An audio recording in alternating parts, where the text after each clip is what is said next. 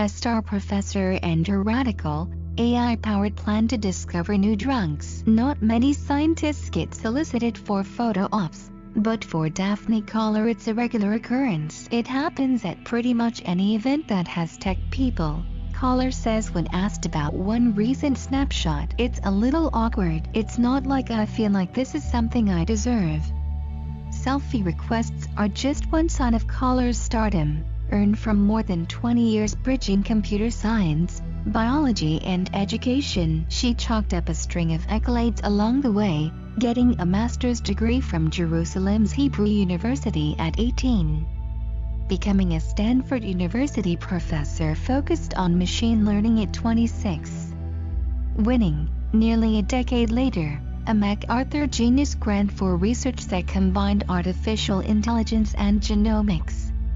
And co-founding $1 billion, valuation, Coursera, an early platform to let people around the world take university classes for free. The next act for this 51-year-old innovator, Insitro, a firm in South San Francisco that aims to find new drugs by sorting through masses of data. If it succeeds, it will have overturned how drugs get discovered. Lab biologists typically focus on a few specific proteins as drug targets. If those fail, data scientists make suggestions for others to try. Insitro, on the other hand, wants to collect much more data before the biologists go off on their hunt. It will leverage advances in bioengineering, such as CRISPR gene editing, and in software that enables computers to see things that escape humans. Koller describes her aha moment this way: "Machine learning is now doing amazing things if you give it enough data. We finally have the opportunity to create biological data at scale."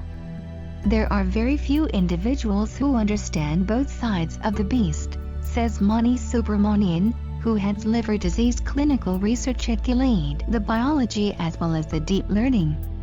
Insitro's computational experts and biologists work together to create lab experiments to produce massive custom data sets. Machine learning models then find patterns to suggest new tests and potential therapies. Robotics like automated pipetting machines reduce human error. With all this, Insitro can do experiments in a matter of weeks instead of years, Koller says. AI plus biology, her background, was a marriage made in heaven for investors, she says. Within 6 months, Koller raised $100 million from Arch Ventures, Andreessen Horowitz, Foresight Capital, Alphabet's venture fund GV and Third Rock, with Jeff Bezos and others joining later. In April, she landed a deal with Gilead Sciences that gives Insitro $15 million now, with $1 billion to follow if it helps find a treatment for a deadly form of non-alcoholic fatty liver disease. The disease is expected to soon become the leading cause of liver transplants. There are very few individuals who understand both sides of the beast,